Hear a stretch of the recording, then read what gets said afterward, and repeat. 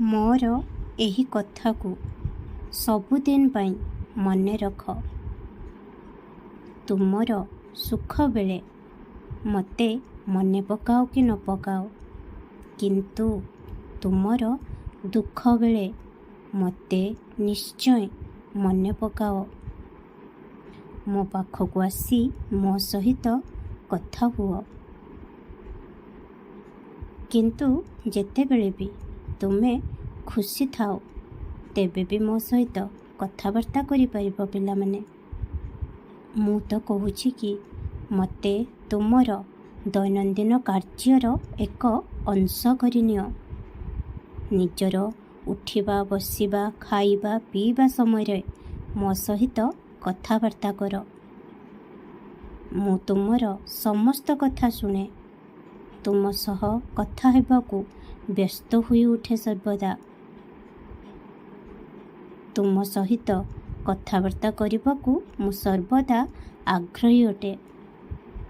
ମୁଁ ତୁମକୁ ବହୁତ ଭଲ ପାଏ।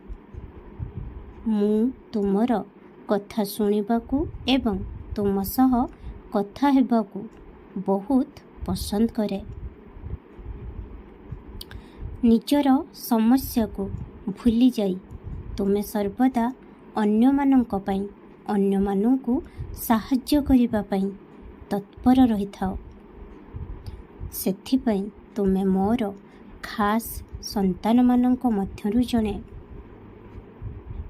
ତୁମେ ଆଜି ପର୍ଯ୍ୟନ୍ତ ତୁମ ଜୀବନରେ ଯାହା କିଛି ସହ୍ୟ କରିଛ, ଯେଉଁ ପ୍ରକାରରେ ତୁମେ ଏକ ଶକ୍ତିଶାଳୀ ବ୍ୟକ୍ତି ହୋଇ ଏଠାରେ ପହଞ୍ଚିଛ, ତାହା ଆଉ କେହି ଦେଖିଥାନ୍ତୁ କି ନାହିଁ, କିନ୍ତୁ ମୁଁ ତ ଏହା ଦେଖିଛି ପିଲାମାନେ।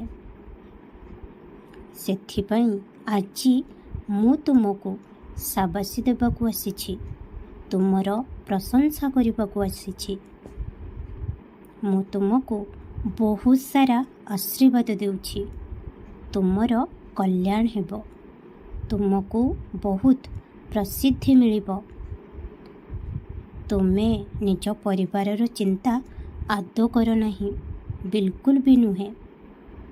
ତୁମର ପୁରା ପରିବାରର ଦାୟିତ୍ୱ ମୋର ଅଟେ। ଜାଣି ରଖ, ମୋ ଆଶୀର୍ବାଦରୁ ସୁଖ, ସମୃଦ୍ଧି ଏବଂ ସ୍ୱାସ୍ଥ୍ୟ ତୁମ ଘରେ ସର୍ବଦା ରହିବ। ମୋର ଆଶୀର୍ବାଦ ସବୁବେଳେ ତୁମ ସାଥିରେ ଅଛି।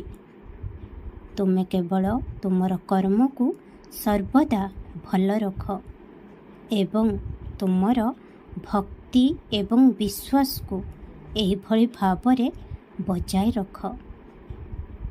ମୁଁ ତୁମକୁ ଦର୍ଶନ ଦେବା ପାଇଁ ନିଶ୍ଚୟ ଆସିବି। ଗୁରୁ ପୂର୍ଣ୍ଣିମା ପର୍ଯ୍ୟନ୍ତ ଅପେକ୍ଷା କର। ତୁମେ ମୋତେ ଚିହ୍ନି ପାରିଲେ ହେଲା, ମୋତେ ଅନୁଭବ କରିପାରିଲେ ହେଲା। ଖୁସିରେ ରୁହ। ଖୁବ୍ ସାରା ଆଶୀର୍ବାଦ କରୁଛି। ତୁମର ଦିନଟି ଶୁଭମୟ, ମଙ୍ଗଳମୟ ହେବ। ଓମ୍ ସାଇ ରାମ, ଜୟ ସାଇ ରାମ।